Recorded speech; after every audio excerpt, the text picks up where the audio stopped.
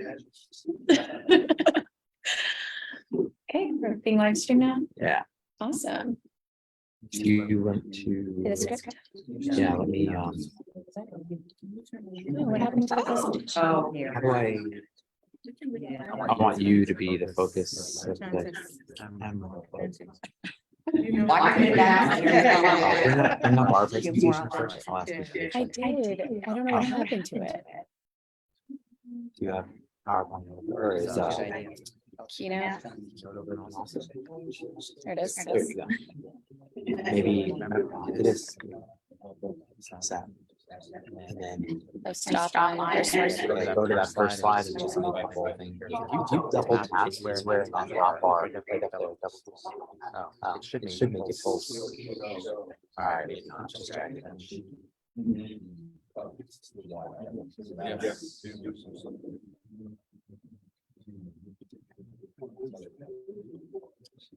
You are a co-host, so you should be able to.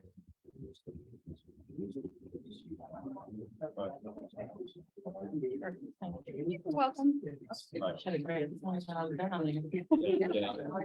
Oh, I like the portrait view. That's better.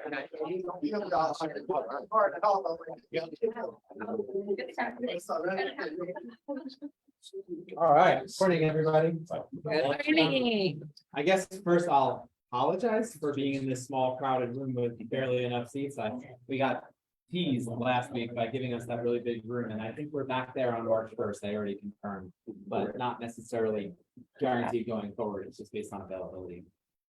We have some new people in the room, but can I ask everybody to please take out your phone and scan the code to just let us know that you're here?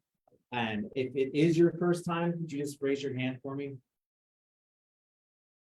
Awesome. 5 new people. Okay, great. With that, I'm gonna go grab something from my desk. And while I do that, Amanda is going to kick us off live on Facebook, which is where this recording will be for later. So if anybody wants to go back and re-watch, re-listen, you can always do that. And then once Amanda is done, we will officially kick it over. And our presenter, Erica, will be talking to us today about her business, the Wig Doctor. So I'll be right back. Do you want to actually? Yeah. Go for it? Okay. I can find my cursor. Okay. Thank you. There it is. Okay. I'll face you guys. So hi, everybody on Facebook Live. 1 Million Cups is a weekly event started by the Kauffman Foundation and is currently held in more than 130 communities across the nation with the goal of caffeinating entrepreneurs nationwide every Wednesday. And every Wednesday, those communities meet to give each other support, encouragement, and feedback over a cup of coffee.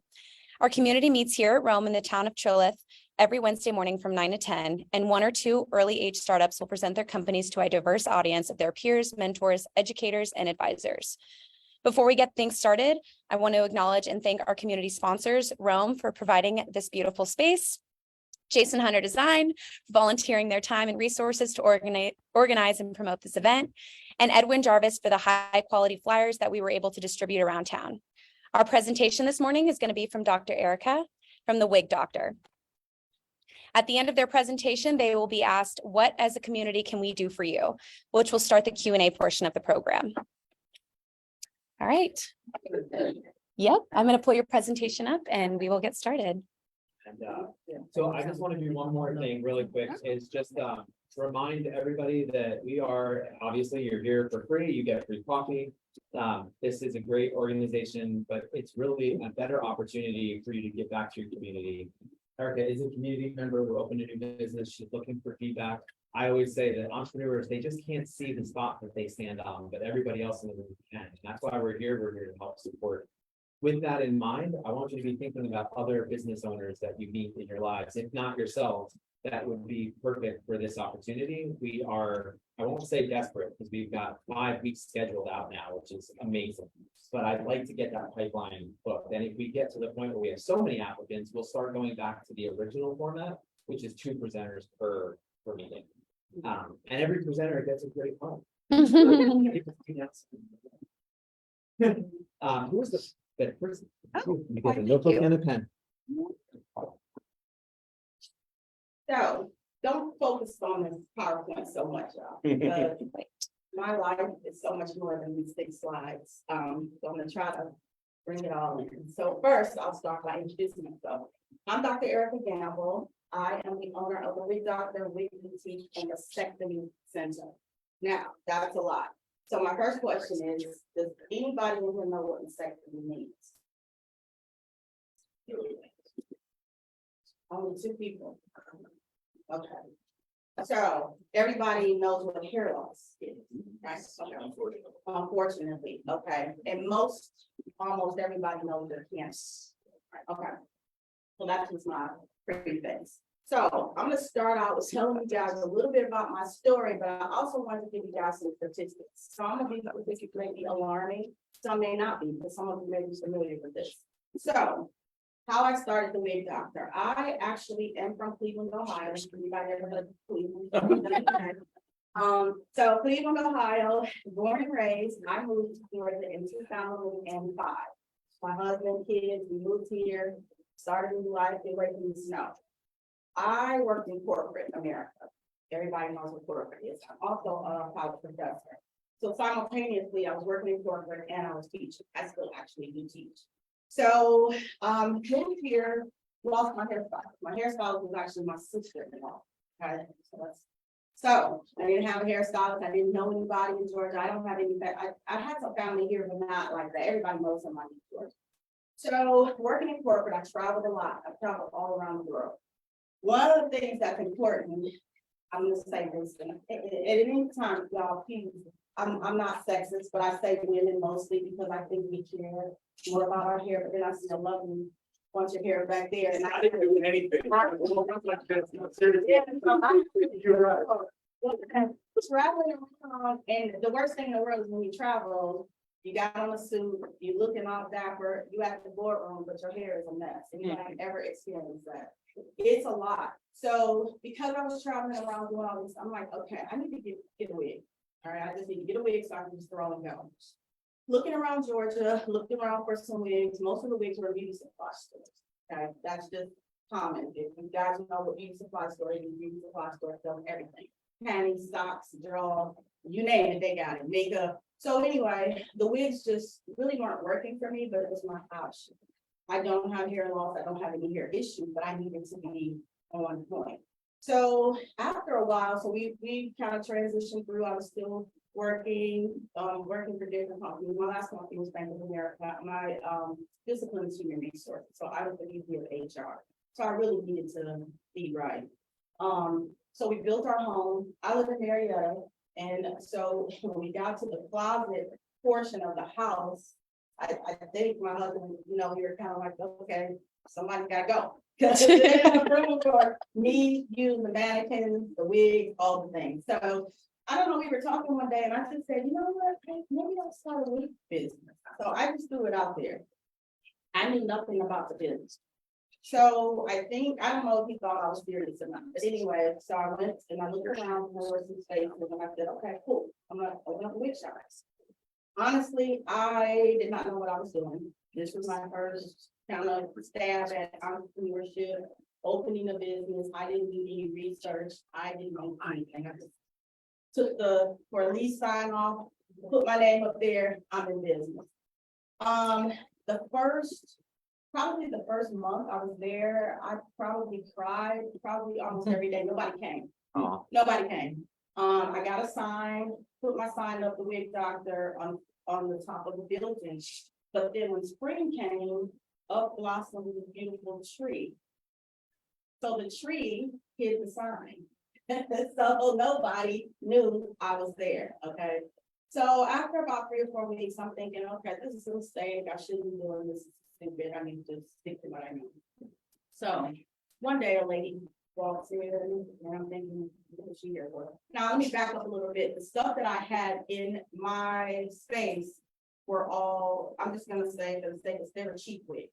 They're like costume wigs that the beauty supply had. But, and I'm not gonna get into this, but the beauty supply store manufacturers don't sell to boutiques, if that makes sense. They have a larger market. The market isn't for the boutiques, it's for their. So I literally had to just buy and sell retail price. If you follow me from, I wasn't making any money. So that's what my store was stocked with, stuff that nobody wanted. So in comes a lady one day, and I'm sitting there, I'm thinking, okay, she must want something for Halloween, that's all I have. And then about 2 minutes later, her husband comes, maybe a party or something, I don't know. And then her kids. So now I'm like, okay, so of course, I'm like, good morning, can I help you? And she said, yes, I'm here to give away. Okay, wrong place, lady. So, she says, yeah, the cancer center sent me here, and I've just been diagnosed with breast cancer. I'm going to lose my hair in about 2 weeks. This is very aggressive. It was at that moment my whole business changed. I didn't know what to say. She didn't know what to say. Husband didn't know what to say. We all stood there and we cried.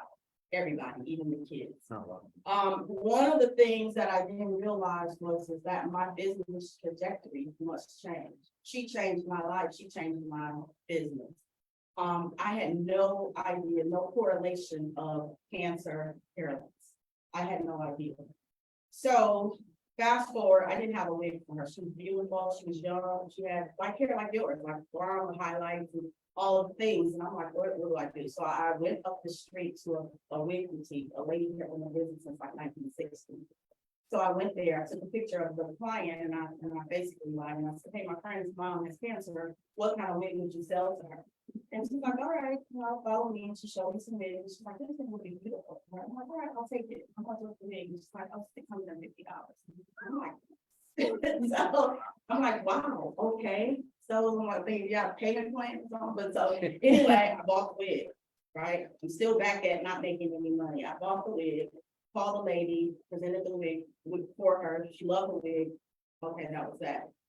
But my issue was, how do I get these wigs? How do I get into this industry? What am I doing? And so I went back. So another client came, similar story, not cancer, just hair loss. And I'm like, what is all this stuff? Hair loss, cancer, what is all this? So I took another picture, another client, went back again, got another friend with some hair loss, and I need a wig. And so that at the time, the lady was about 70 something, and she looked at me and she's like, these aren't your friends. And this is not, she's like, what's going on? Yeah. Okay. So anyway, I said, okay, I'm gonna be honest. My name is Erica, and I started a wig business up the street, and I have no idea. And she looked at me and she said, I knew that. I know who you are. I was like, okay. And from that point on, she helped me. She helped me to understand the business. This is a woman who started business way before I was born. So she knew the industry, she knew the market, she knew what this was about. So anyway, I started getting the vendor information, started making contacts. I will tell you though, making those contacts, I got every no possible. I didn't even know you could spell no that many ways. I called and I said, hey, I'm starting a wig business. I'm new. No. Hey, I'm starting a wig business. Want to help some people? No. The vendors were like, who are you? We don't know you. You're new. You don't have any money. Why would we sell to you? The others were more like, you need a $5,000 opening order, you need a $10,000 opening order. I didn't even have $500. So I'm like, okay, who can help me? So I said all that to say this was a hard transition into this. Now, I then went over to the cancer center and I asked them, why did you send people to me? And how did you even know I was there? And that's when I got my education. They sat down with me, the doctor, the nurse, oncologist, the nurse practitioner, and I think it was a doctor at that time, and they explained to me, when people are diagnosed with cancer, they go to the chemotherapy to lose their hair. Some people's hair come back, some people don't. It just depends. But I'm like, wow, so is this really a thing? And they're like, yeah, I'm totally clueless. So that part I was nervous about because I felt like I wasn't in the space to be able to handle that. So anyway, we'll just move on forward, the hair loss thing. People started coming in, men and women, complaining about hair loss. I'm thinning, I'm balding at the top. I have all these issues. And I just never put those things together. I thought most people were like me, just wanted to put a wig on because you're lazy that day, don't want to do your hair, don't want to spend money, whatever you want to do. but that is not the case for me. So for my business, I would say 90% of the people I see have cancer. No, that's not right. 85%. The rest are hair loss, true hair loss. I rarely see a woman who just wants a beautiful wig. And I think that's a good thing for me because that's how I marketed my business. So I started my business in 2014 over in Marietta, only wigs, right? That just was my space, just wigs only. But I had clients who would come to me and explain to me that not only women can do the wig, they're losing breasts. And I'm like, okay, what does that have to do with it? You know, trying to put things together. So I started getting clients coming from the South, obviously Marietta is north, and people would say to me, you should consider going south. You should really consider. And I'm like, no, I'm not considering the hour and a half drive. But I got more and more clients because a lot of people haven't found that unique space where they feel welcome, comfortable enough to take off their shirt, take off their bra, to show someone a missing breast or two, or even hair. And I didn't realize this until actually clients would come in and they would literally cry for an hour, 2 hours, 3 hours because they're losing their hair. So I don't know if if you're not impacted by it, I guess it's one of those things where you don't really understand. But when I see a client every day, that's what happens. No, rarely anybody's coming in happy. They're happy when they leave. They're not happy when they come. So I realized that I needed to make some changes in my own business, which meant that I needed to expand. Expanding for me meant in the second space, scary space, right? So I didn't know anything about this. I felt like I couldn't speak the language. I didn't know enough. And so I decided to do some research. I already have a doctorate degree. I have a PhD in organizational leadership and behavior. That's on the academic side. But I felt like people are coming in talking to me about missing a breast or how do they move forward or what happens at this stage. And I'm like, okay, I need to figure this out. So I decided to go back and get another doctorate degree because we need to learn, I guess.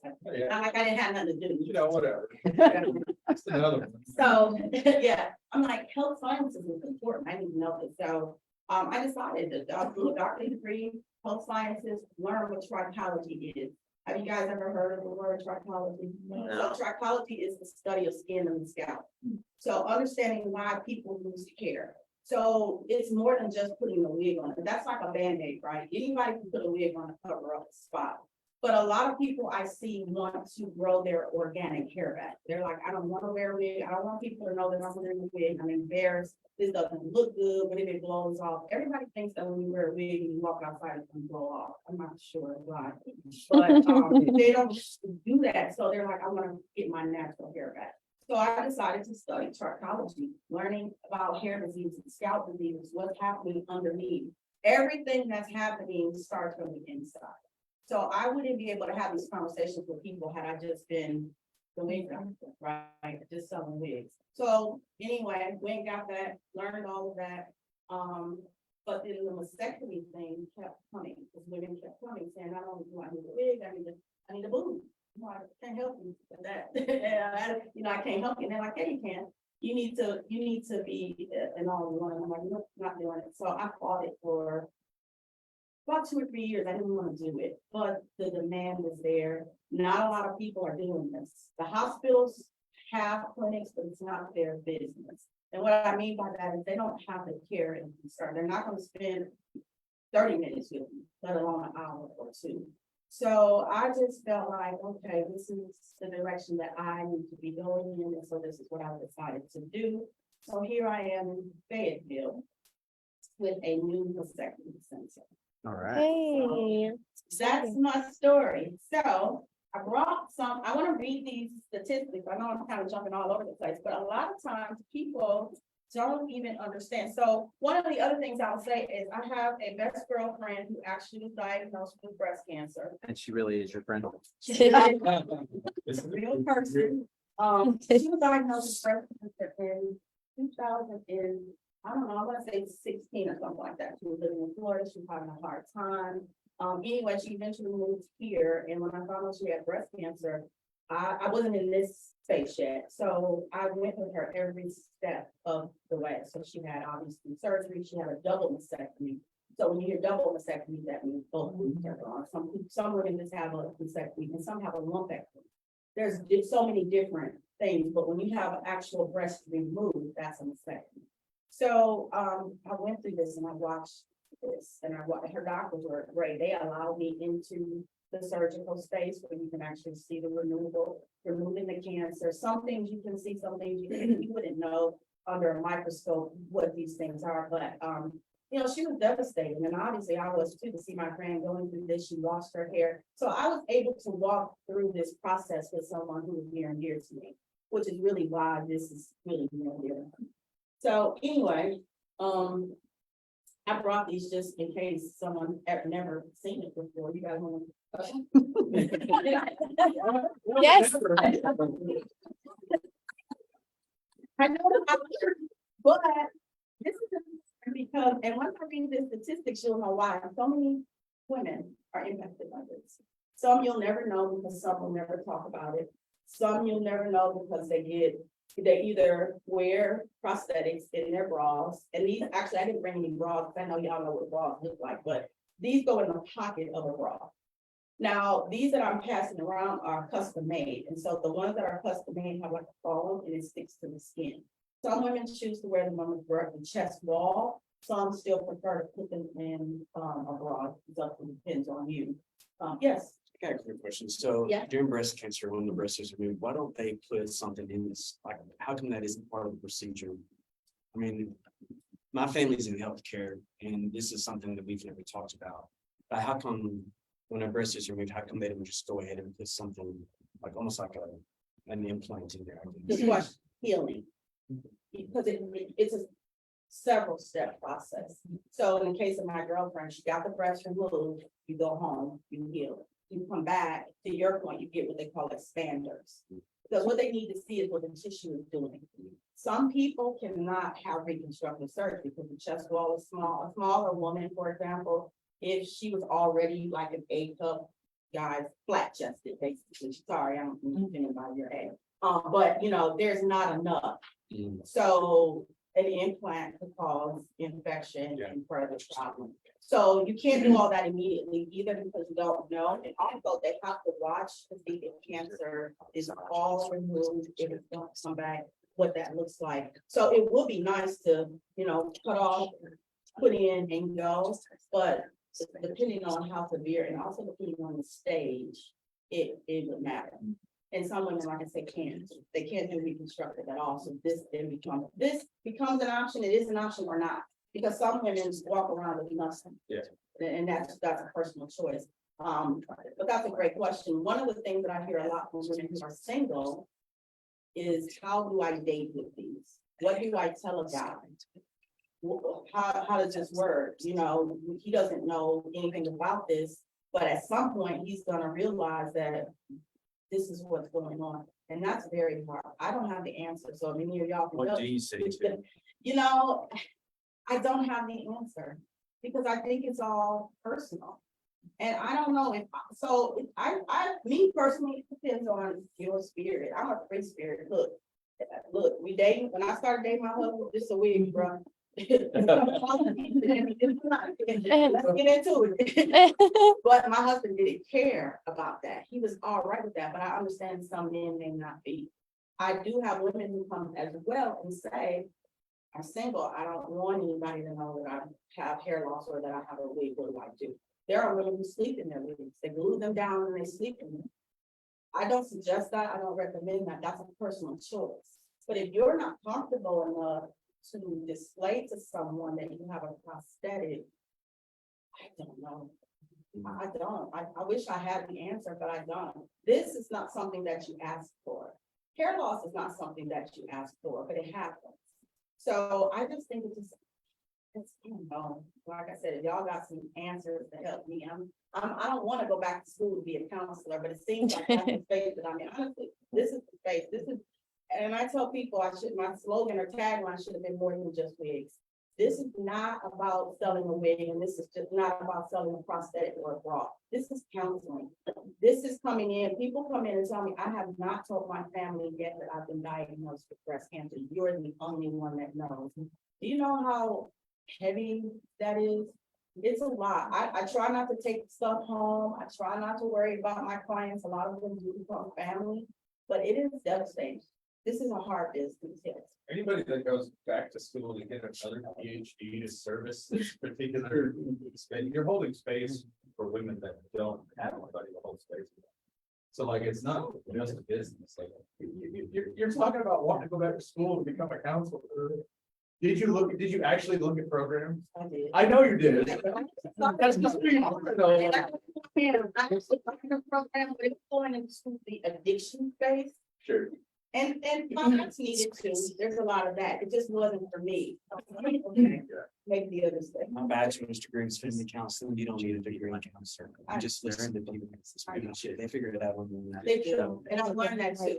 I am not in a position to give advice. Now, I can recommend, I recommend that wig looks nice on you, I recommend that color, or, you know, whatever, but I don't, they do make their own decision. Even some of them make a decision on, I'm gonna come and get this prosthetic, but I am gonna have reconstructive surgery, and I do want double D. I don't want this, and what am I, you know, I don't, what do I say? It's not my business, so, but I do listen, you have to listen. I tell people that this is a ministry. And, some people come in and they see these prosthetics, they decide if they want to get a custom or not. Some walk away saying, that's not me. That doesn't look like me. Now, obviously, these are samples. These breasts come in all different colors, shapes, sizes. You can choose your nipple. You can tattoo nipples. There's so many things. So this is just not it. This is just a sample, but skin color is matched, down to the nipple color, to the areola, and get into the weeds, but all of that can be matched to, mirror you. So, all right, that's that stuff. This is a scope up here that I use for hair loss, and as you can see, there's a piece of scalp right there, and she can look, or he can look on the screen to look underneath to see if there's hair follicles there or if there's anything coming back. So I'm gonna read these statistics real quick. I'll start with the male. So the statistics of male pattern baldness. You'll hear that a lot. When people are losing hair, most of the time people come to me, they say, I have alopecia or I have male pattern baldness. That is not the case for everybody. These are just buzzwords that they hear and see on TikTok, social media.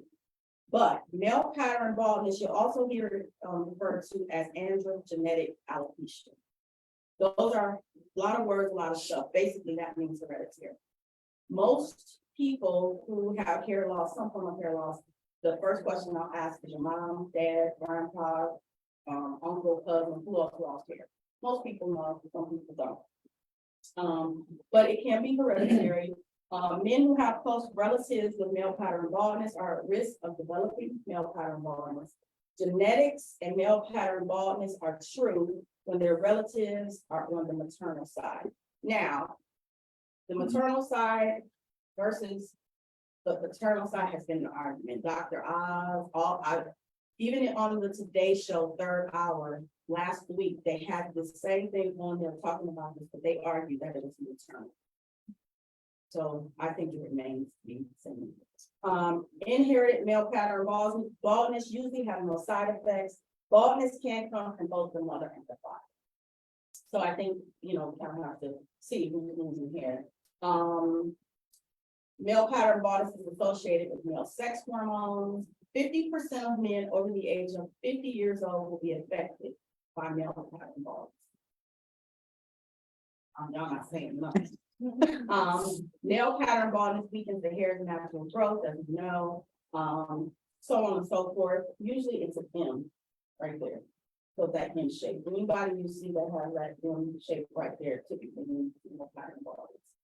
You can have a skin biopsy, blood work, all the things just to see what's actually happening. And that's what I have my clients do. I don't choose to do blood work. I don't want to do that. So I have them go to their doctor, do their blood work, and we look at the results.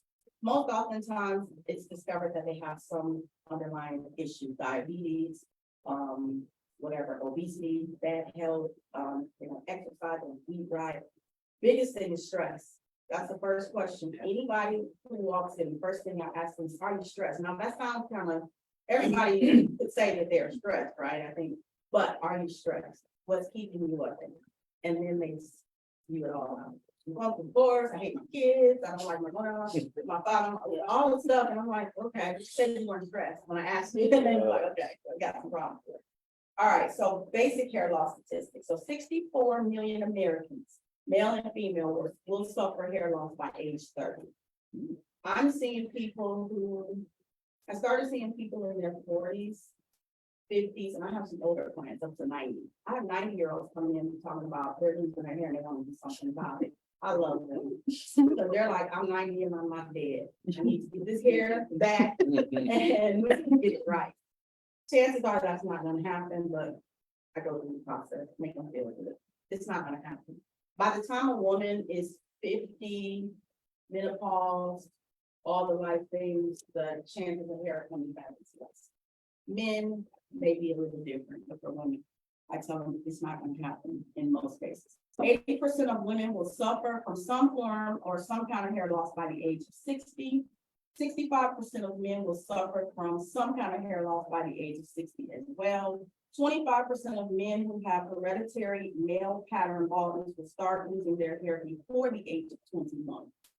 And that's young. I've seen some 21-year-olds devastated. They're devastated. They come in and they're like, oh my God, the girl, what do I do? And we'll talk about that in a second, but I do see men, there are men hair pieces, as you probably have seen.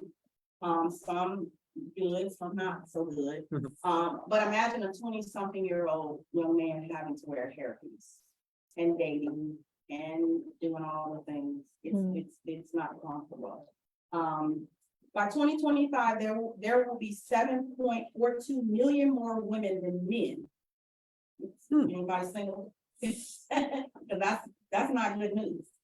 Did y'all hear me? In 2025, at 2 years, there will be 7.42 million more women than men. Darn. That's a lot.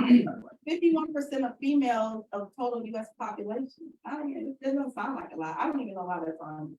Anyway, male pattern baldness can be diagnosed with the thing that I had up there, the device. It's called a densitometer.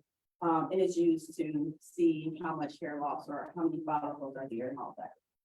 And so I think that's enough for the statistics. Y'all don't seem to be wild by this, but there's a lot of it. And there's like 100 on here. Erica, I'd like to Yes. just check in, let you know it's 9:35. Okay. And I want people to be able to, I'd like for you to benefit from the Q&A portion. Yes. I don't want to just completely cut you off. Got it. So if there's anything else that you would like to share before I ask you my first question. I just want to share some of the breast cancer. I'll just share a few. So about 13%, that's 1 in 8 of US women are going to develop invasive breast cancer. That's alarming. There's a lot of women. In 2022, an estimated 300,000 new cases were revealed. As of December of 2022, there were more than 3.8 million women with a history of breast cancer in the US. And this goes into talking about the effects of breast cancer. At the end of the day, I think some of this is inevitable. Some of it you can't do anything about. The women, go get your girls checked. And everything cannot be detected by a mammogram. Most often I hear stories of women who went to get regular mammograms and there's still no detection. Lumps, bumps, hurting, things seeping out is not normal. So I do know a lot of women are afraid, or they don't want to know, or they don't want to know. I just say, get your girls checked. That's it. Thank you. It's great.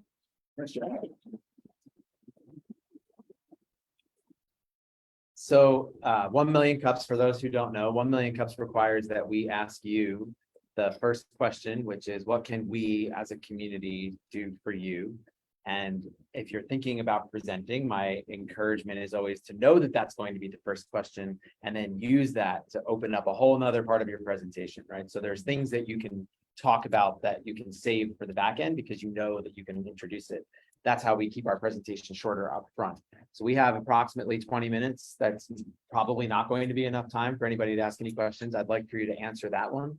And then if anybody else would like to ask, just raise hands and Erica can choose you by looks, I guess. So Who's got the nicest hair? I would say the help is really to spread the word. I think this is not talked about. You mentioned this earlier, like, you know, families aren't talking about the people aren't talking about it. A lot of times people don't talk about what doesn't affect them. But I am new to Fayetteville. This is a new community to me. I joined the Fayetteville Chamber of Commerce. I'm going today to meet with the City of Hope. To talk to the cancer providers and the cancer fighters over there. I'm right across from Piedmont. They send their cancer patients over to me, so it's really about spreading the word. When I first started this mastectomy part, when I got into this, a lot of people said, wow, I didn't even know that this was a thing. People still don't know. So I need people to know that I exist, that I'm available to help, and that I'm here. If they don't know, then they won't come, then they won't, you know, and I found this out because I don't know, ironically, I was talking to somebody, but anyway, she had a mastectomy and she was walking around with a sock in her bra. Because she had no idea that those existed. The doctors don't have the time to tell you everything. The nurses are very busy, they're overworked, they're overwhelmed. So the help is to spread the word. If you know somebody who needs the service, send them my way, reach out, and that's it. Just make the connection. There's a lot of people who need this. Yeah. Yes. 2 things. The only reason that I have knowledge of this is somebody in my family that's been battling breast cancer for a very long time. But she recently, I think a year ago, had to have a double mastectomy. Yeah. So that's the only reason I have any sort of knowledge of.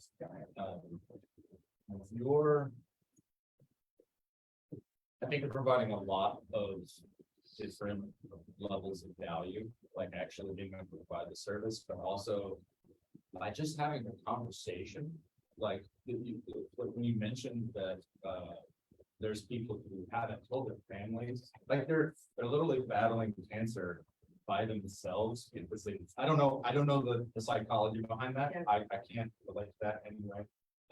But I'm trying to figure out like where you live in the market. So I do video, I'm a video professional, and the way that I see the lens in everybody's business is through video.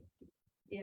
If you're just talking about it, like you just take videos of your phone and you just go through the punch list of every single question that any of your clients have ever asked you, and you just put that out on social.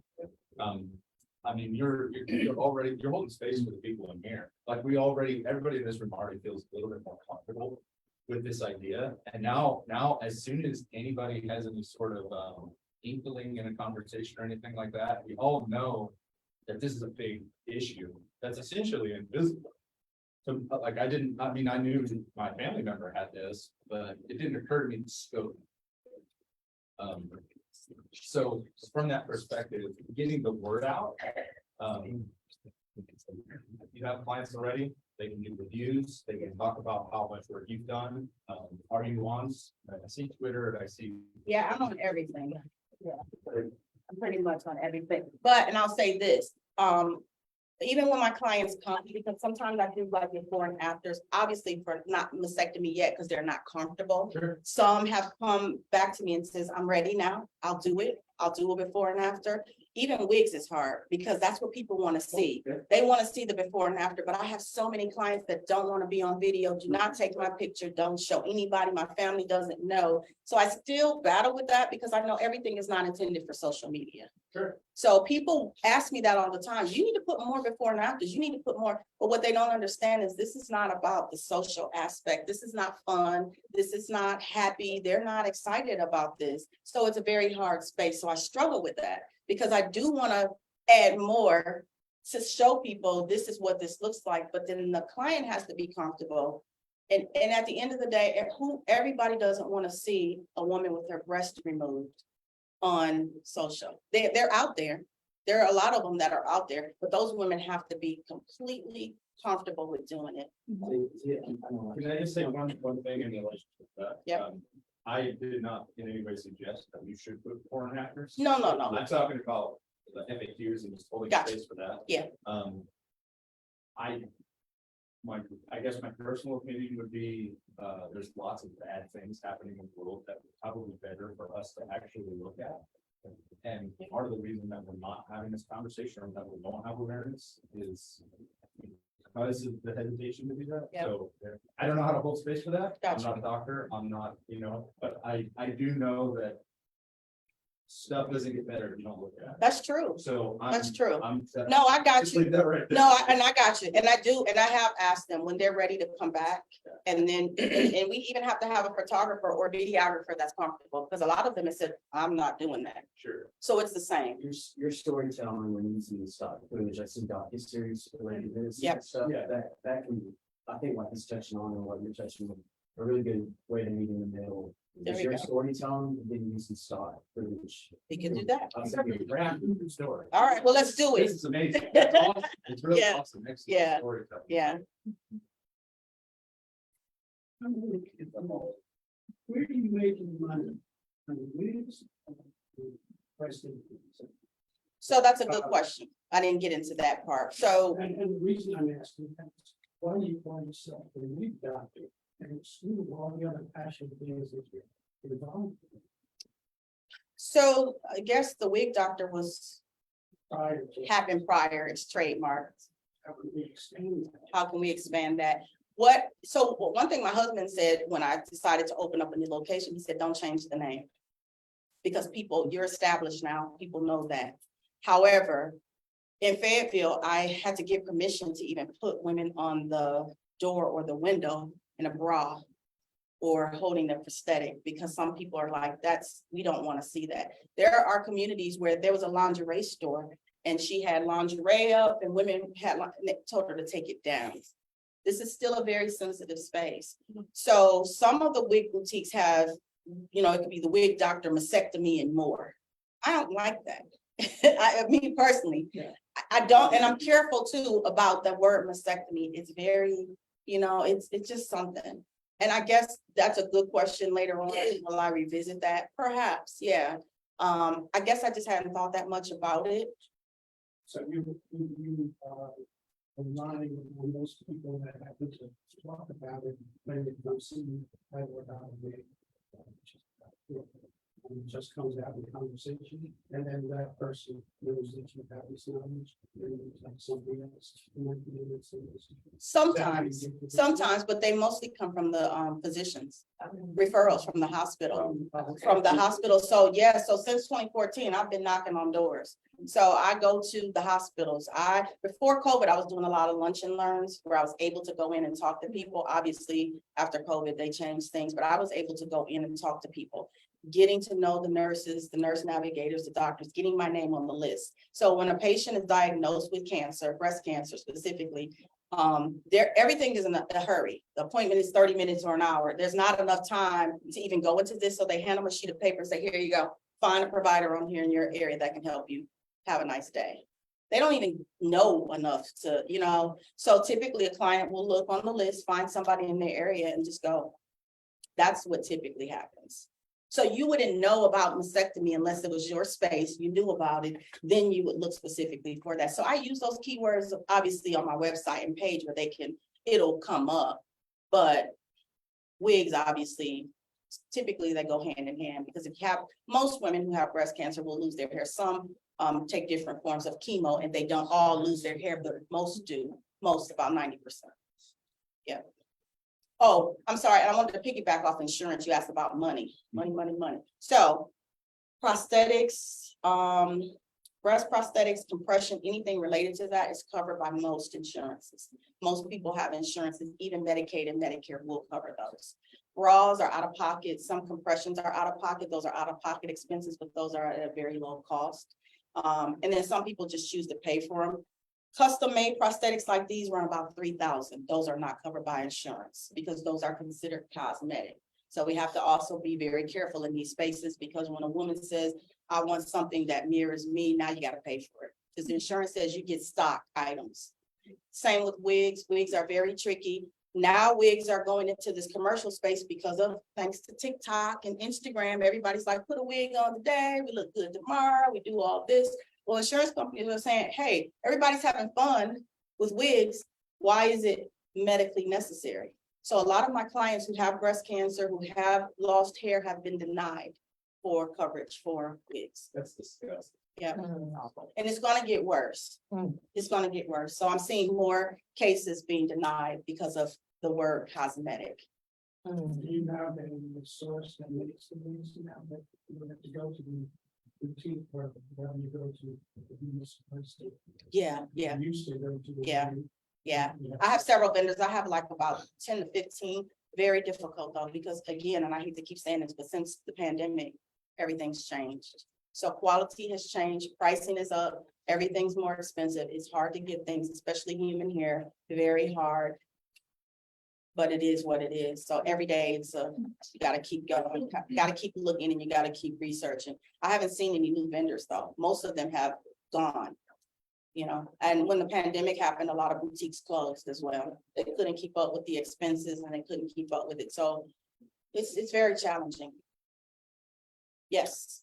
I wanted to revisit what the gentleman in the back was talking about, how you need to, and even this gentleman here was talking about how you need to have the before and after thing and how it's sensitive. Have you thought about possibly getting someone reaching out to someone who is open, like you're looking for someone that is open to share their journey, to be able to help other people? In return, you give them complimentary whatever, whether it's the prosthetics or hair or whatever, in exchange for being able to document that and publicize that. Of course, tastefully and sensitive, but have you thought about? Yeah, absolutely. Okay.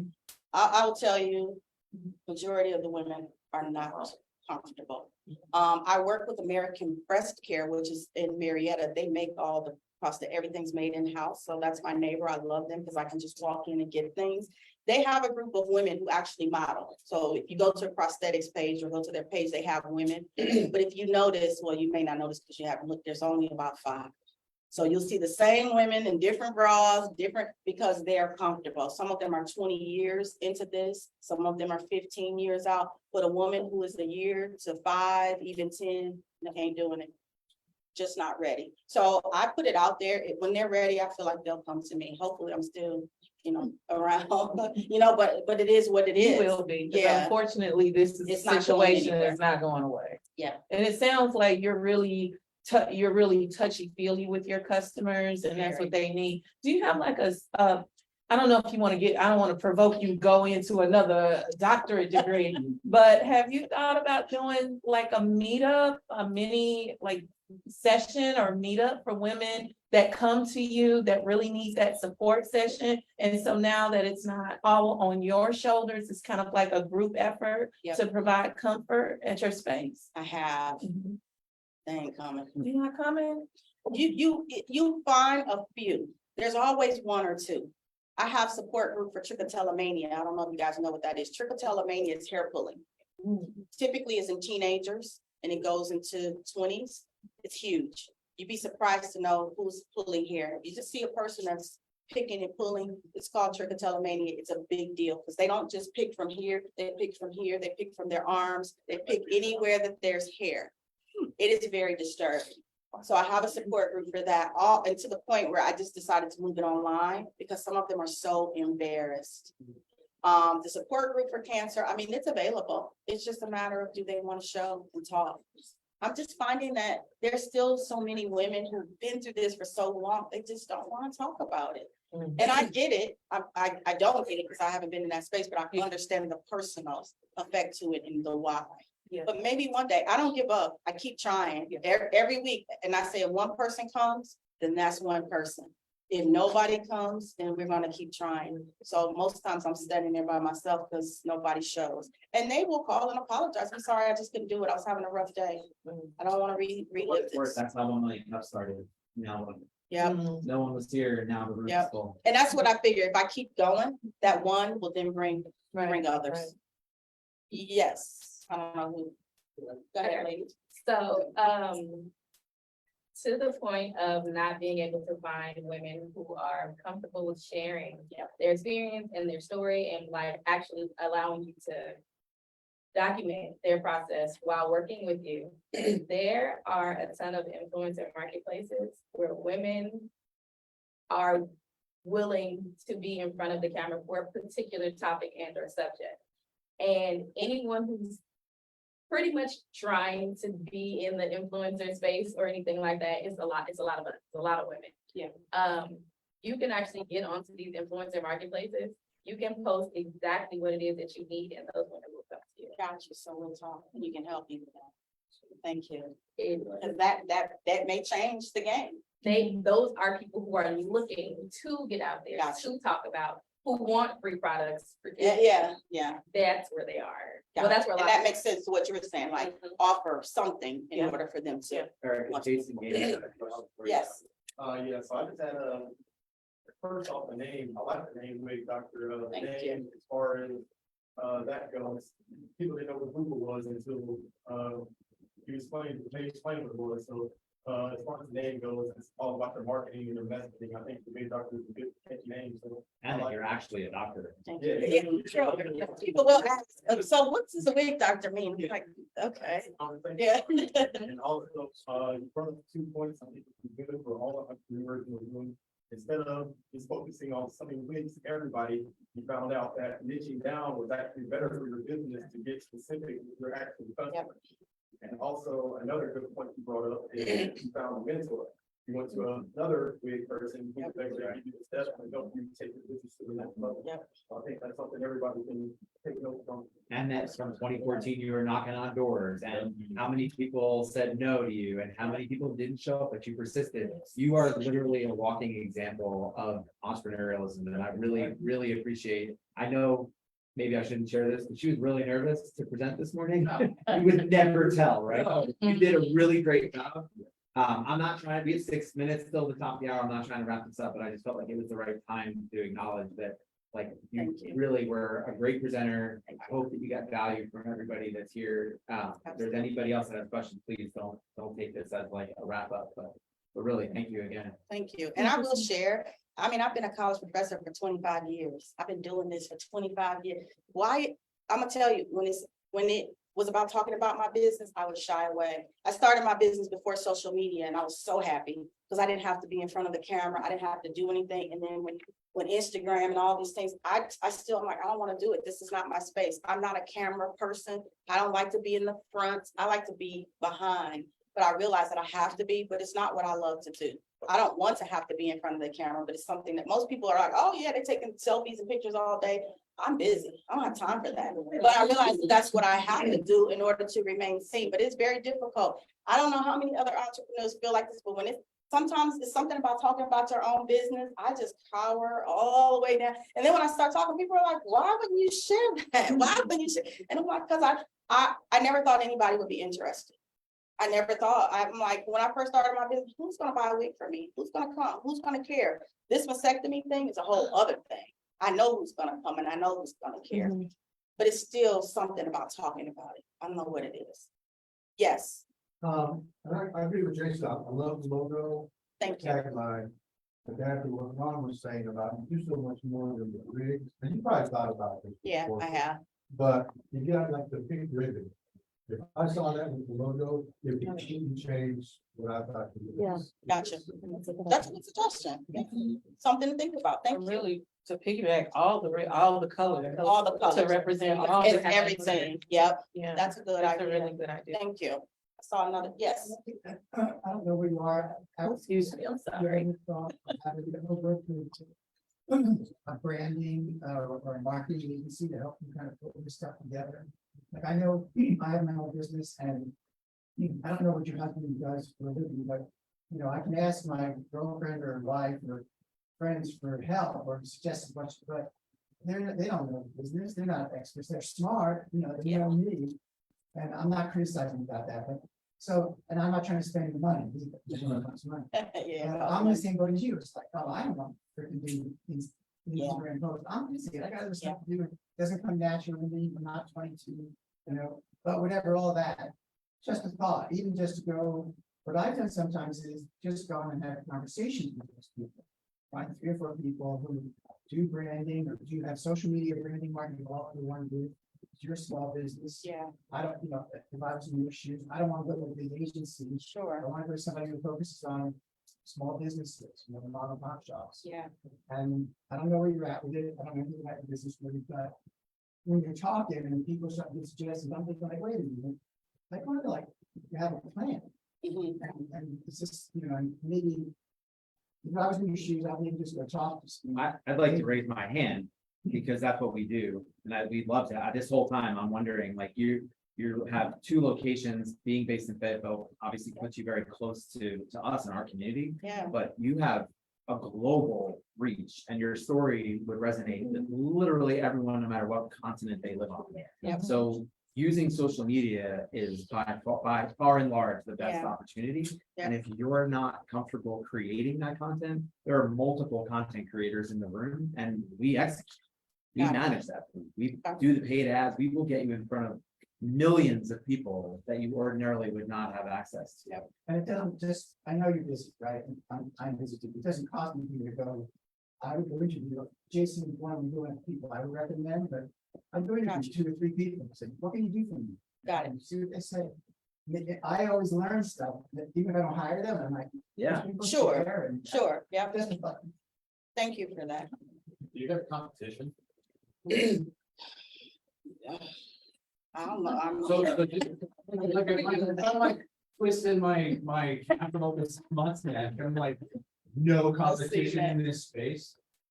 I mean, if you were to invest in marketing and you invest in some advertising, like you could be humongous very quickly. Yeah, I will say in Georgia, so the lady that I told you guys about that I went to, she's aged out.